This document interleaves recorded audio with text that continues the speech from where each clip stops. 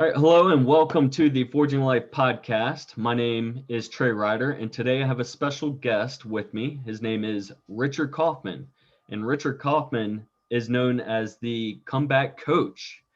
And today we're going to learn a little bit about his story, who he helps, and hopefully you guys can grab a pen and paper to take down some notes as he shares some of his brighter sides as well as weaker sides in life. So, welcome to the podcast, Richard. Thank you for having me on. Hey guys, how's everybody doing today?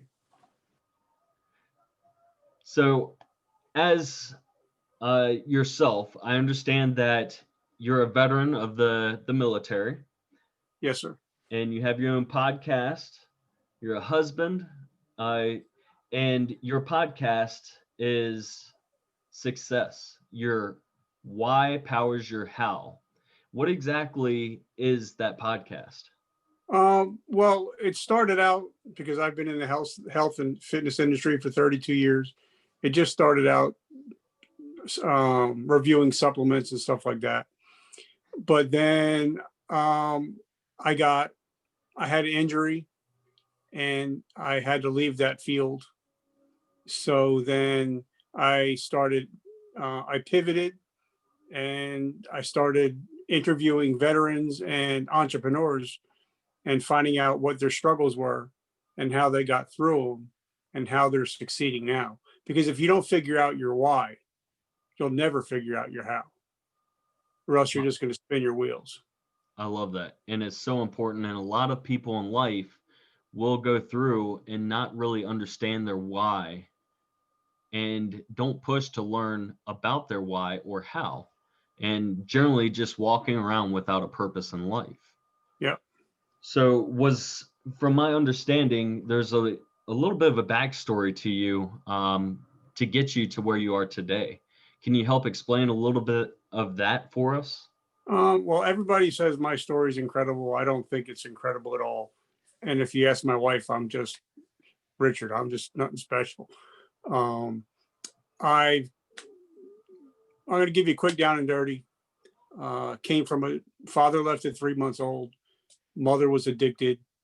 Had my first drink of alcohol by 12. Was a full blown alcoholic by the age of 13. Joined the military at 17.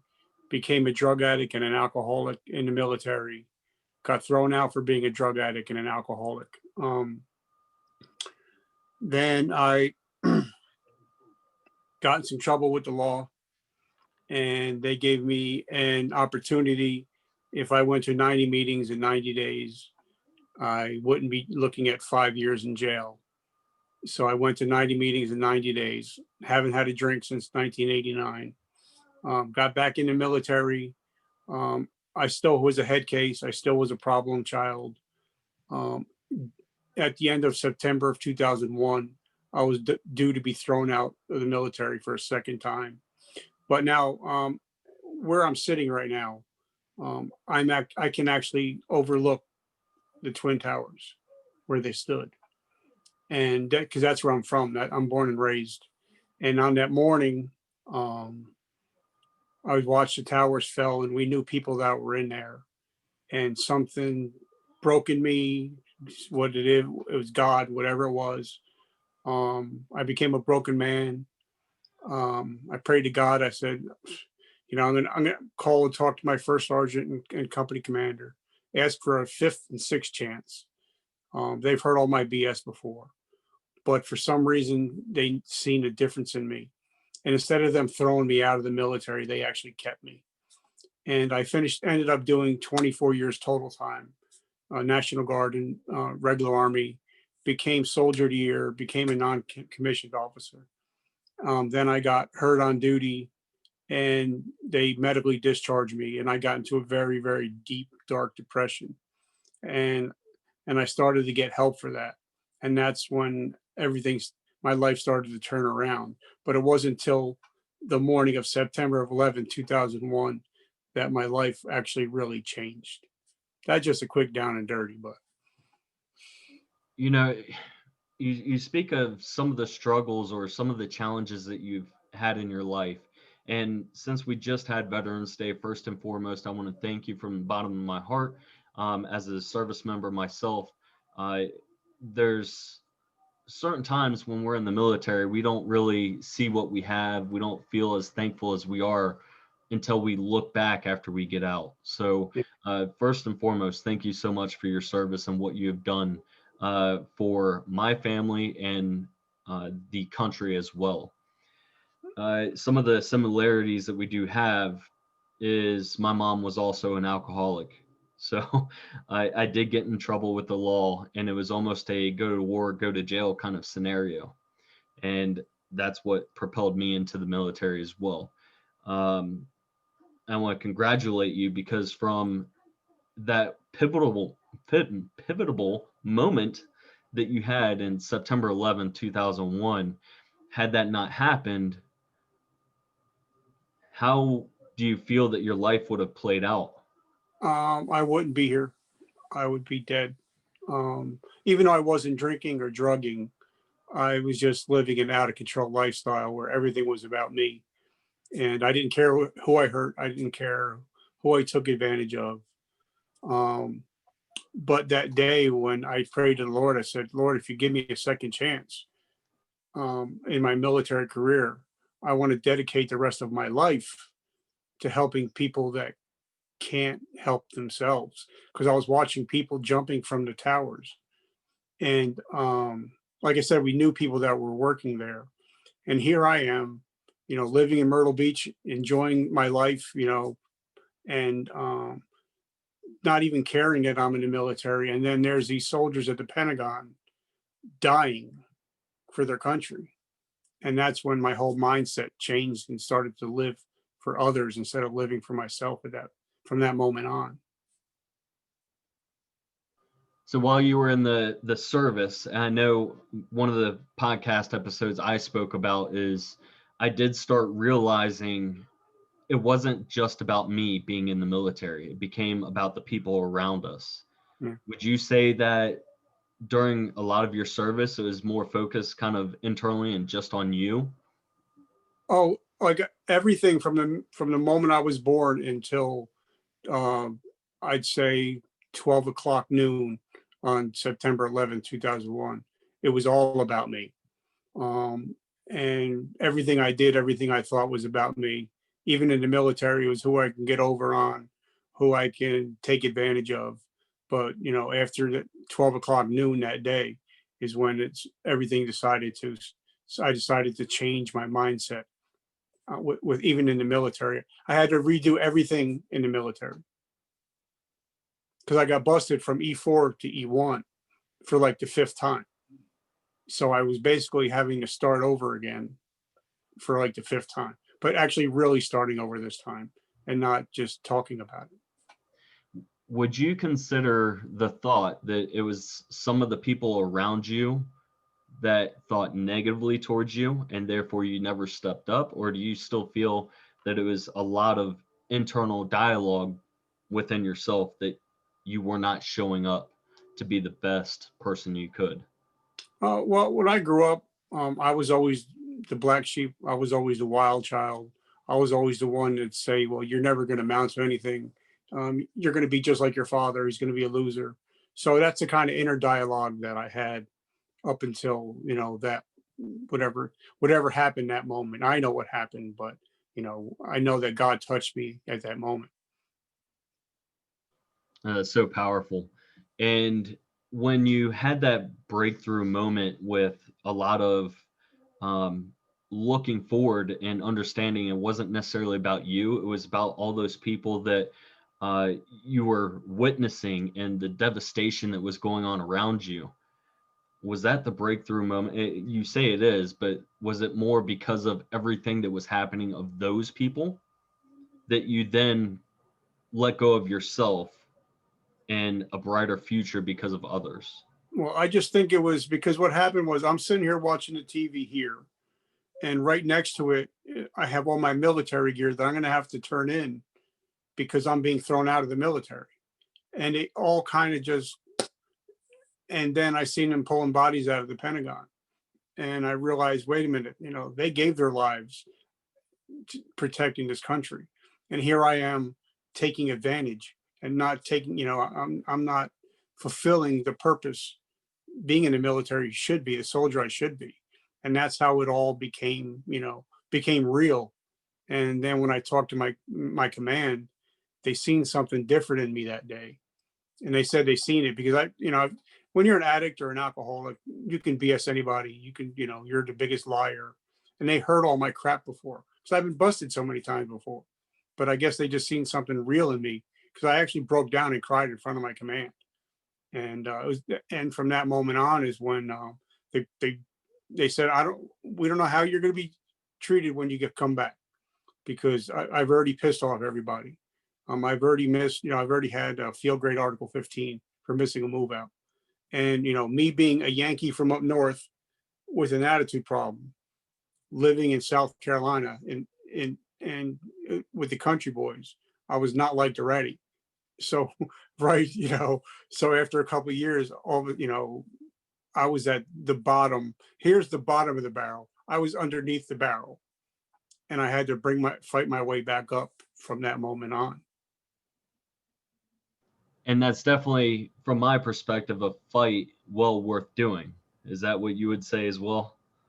For now, I mean, from what I see now, yeah, it was a great thing to do, but it seemed insurmountable at that time to, now all of a sudden I'm going to summer camp with all these guys that I've just pissed off, and they've all heard my crap before, and they're all expecting me to screw up.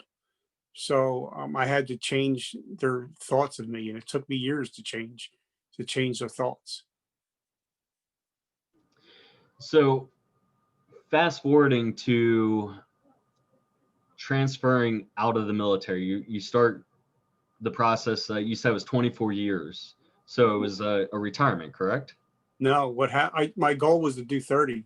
But what happened was it was my first move out in the state of New Jersey.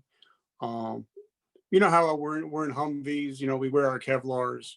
And then as soon as the Humvee stops, we put our soft cap on and walk around. One of our vehicles broke down. So I went to recover the vehicle. For some reason, I kept my Kevlar on, which I probably never did in my military career. And it was a young private driving his first AT. And I had to pull him off the highway. And instead of him hitting the brakes, he hit the gas, and he ran over the whole right side of my body and ran over my head. So I became blind. I had a stroke, and I became blind.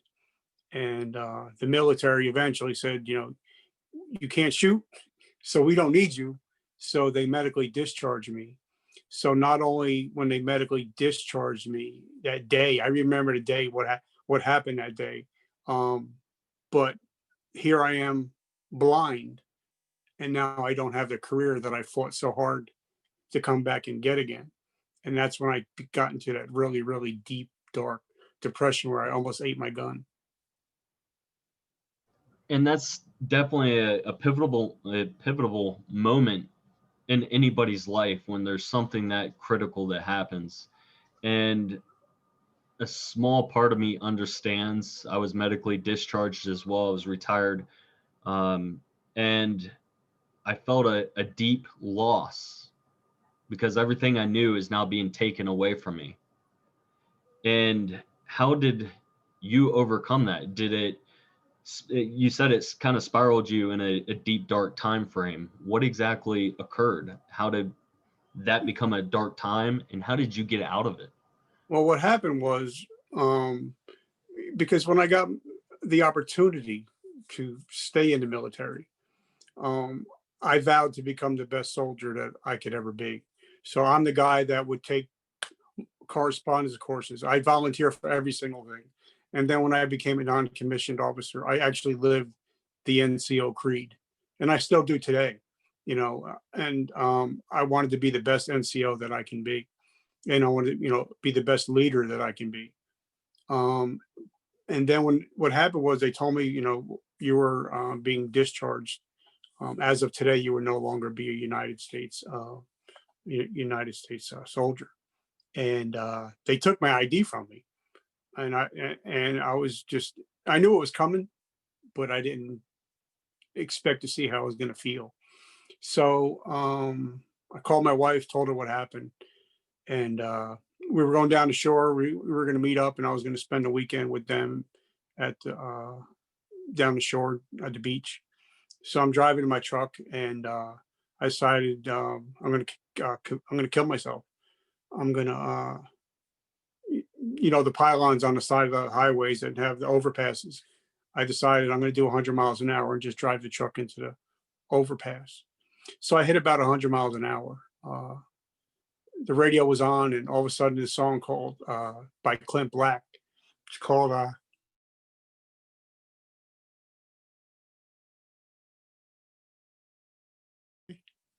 and I decided not to commit suicide that day. And I went home. And I went to meet the family and the kids. And I told my wife, I said, I'm not feeling, I'm not feeling right. I feel like I just want to go home and blow my brains out. So she talked to me, and the next couple of weeks I was in a deep depression. And then I decided to call the VA and actually get in touch with the psychiatrist and set up an appointment. And I set up an appointment, and I come home. My wife's like, "So how'd it go?" I'm like, "You're not going to believe what happened." She's like, "What?" I said, "I went to go see the psychiatrist." She's like, "Okay." And she says, and I said, "Well, the doctor's name is Dr. Seuss, but not spelled the same way." And she's like, "Yeah, that kind of figures." And I've been going to see the psychiatrist, same psychiatrist, probably for almost the last 10 years. And that's when I started digging myself out of that and getting help, and talking to other veterans, and talked to Gary V, got to hang out with him a little bit. And that's when this whole comeback coach started, and it's just been blissful ever since.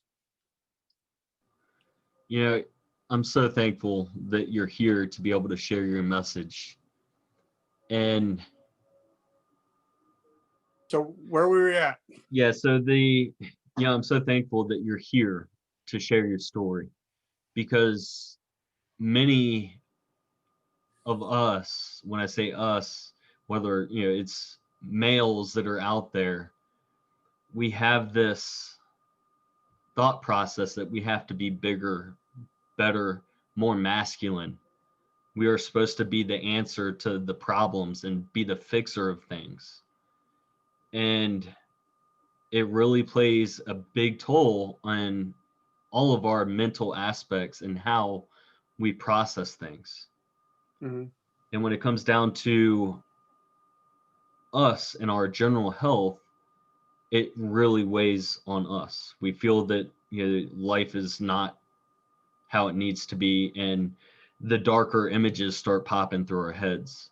Yeah. And I'm saying this because whoever may be out there listening to this right now could be having those moments where there's those dark pictures. It doesn't have to be because of the fact that you're in the military or not. It's you have the weight of the world on your shoulders, and you don't know how to deal with it. Yeah. And the very first step is to reaching out to somebody and saying that we need help. I agree 100%. So when you ended up reaching out and getting help, for me, one of the big things that changed my life was the fact that I did start doing personal development. So for you, you reached out and you got that help. Where did you end up coming into today? How did you become a coach? Is it just the fact you knew there was something bigger, better? People came to you and just constantly talking. How did that happen? Well, throughout this whole time, even in the military, I always had a job at the local GNC or at the local vitamin shop or the local gym. I was always in the health and fitness industry. And over the 30 years, I've helped clients from the WWE, NFL, Major League Baseball, uh, all these kinds of professional athletes. So I helped coach them a little bit under supplementations. And I was on a podcast with a friend of mine. His name is Donnie Boyven. He has a podcast called Success Champions, and he invited me on, and I started telling him my current story. What I was doing with the store, because I was running $1 million a year store at the time, and I started telling him my backstory, and he's just like, and I kept trying to keep talking about today, but he wanted to get deep into the backstory. And he said, that's what people need to hear. People need to hear your backstory, that people, because everybody loves a comeback story. That's the reason why we watch Rocky movies. It's because it's the comeback story. And he's like, you're the ultimate comeback guy. So that's how it all started. And then a couple people started saying, hey, there's the comeback guy, the comeback coach. And then when I met Gary V, we started talking, and he's like, yeah, you should just, become the comeback coach and put your niche to, either veterans or entrepreneurs. And that's how it all started with that. And, now I'm just trying to help as many people as I can every day. So what would you say is your why that moves you every day? Well, of course, my family is the number one thing. Um, but when I met Gary V, he told me, I said, Gary, give me something. I drove all the way here. Leave me with something. And he said, your legacy will always be more valuable than your currency. And that kind of really just hit home. And that's why I wrote the book and everything like that, just because, we're only here for a short time, but I want to make a mark in this world. And, if I can save one life, it's kind of like throwing a pebble into the pond, and it just ripples. And we'll never know where it goes, but we know that we changed somebody's life. So if I could change one life, then my life has been worth living. Absolutely. And what's this book that you speak of so everybody can go and check this out as well? It's on Amazon Kindle. It's called A Hero's Journey from Darkness to Light. And I was so blessed when I wrote it. I got in touch. I mean, you're a young man, so you might not remember. But back in the 80s, there was a movie, Superman. And the original Superman was Christopher Reeve. And when he died, I actually picked up his book and read some of his stuff. And when I was writing my book, I actually got in touch with his wife, and I asked if I can use the opening quote of my book for use his quote, and she actually allowed us to use the quote. So I've been very blessed. And even though the book is only 99 cents, all the money, 100% of it goes to help veterans struggling with PTSD.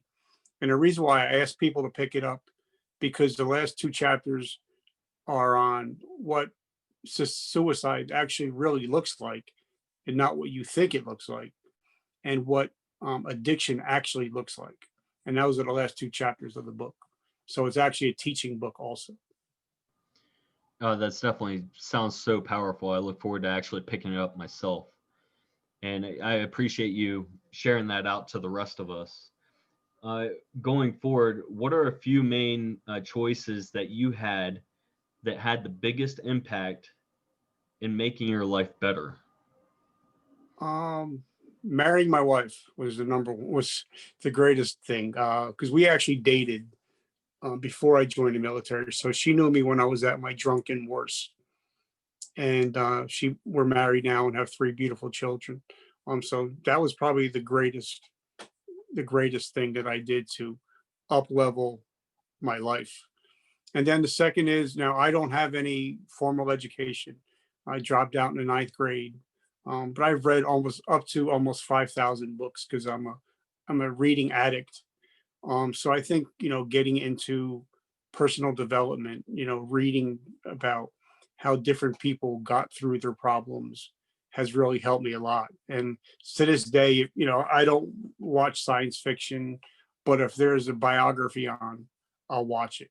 So I think more of, learning about different people and how they transformed their life is still an addiction to me. That's great. Thank you so much for sharing that. And I definitely agree. 100%. My wife has been the biggest supporter One of the best decisions I could have ever done as well. So, one of the last things I would like to ask you, I got like two more questions.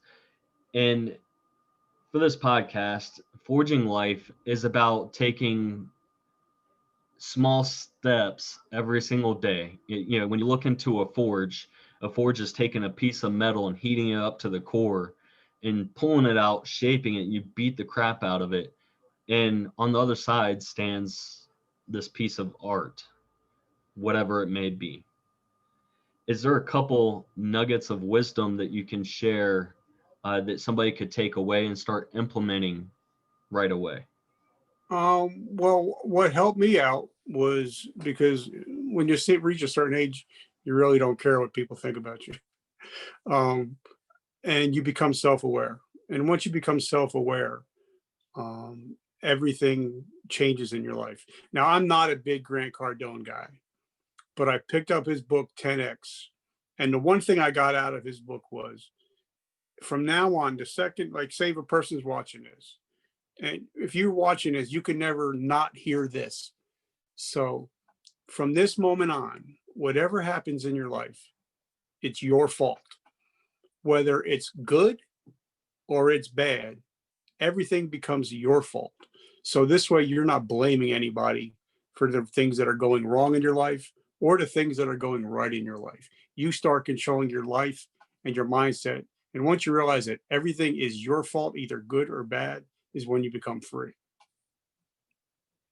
I love it. That's a pivotal book in my life as well. That was actually one of the first ones I started when I deep dove into personal development, and quickly made me realize I got to stop playing the victim Yeah. in life. So, the one last question I do want to ask you before we jump off of here today is I see you always have a hat on in all the podcast interviews that you do. Yeah. Why is that? Now, when I first started getting into the space of development and talking to veterans, and I really started uh, getting into people that I started looking up to. And Christopher Kyle, everybody knows him, um, American Sniper, was killed by a soldier that was suffering with post-traumatic stress disorder. And I wanted to find a way to honor him. So I actually called his wife and I said, I want to do something, and I want to honor Chris. And whatever I do, whether it's a podcast, whether it's when I go speak live at events, I'm going to wear a hat in honor of Chris Kyle, and I'm going to mention him on every show that I do, just to honor him, because sometimes we forget over time, and we forget. And he actually gave his life trying to help a soldier with post-traumatic stress disorder, and I can so relate to that. So that's why I wear a hat. And if a show doesn't allow me to have the hat on, I do not even go on a show. I decline, and I've declined about five people that asked me to be on and told me I can't. So it's just an honor of Chris. Thank you so much for sharing that. I really do appreciate it, because everything that you have talked about during this whole entire interview is about the service and others. And the big gist of it was every time we were doing things, or you were doing things just for yourself, it seemed like it was always in a lower mindset. Mm-hmm. And when you reached out and started doing things for others, that's where your life really took form and moved forward. So first and foremost, like I've said a couple of times now, thank you so much for what you have done.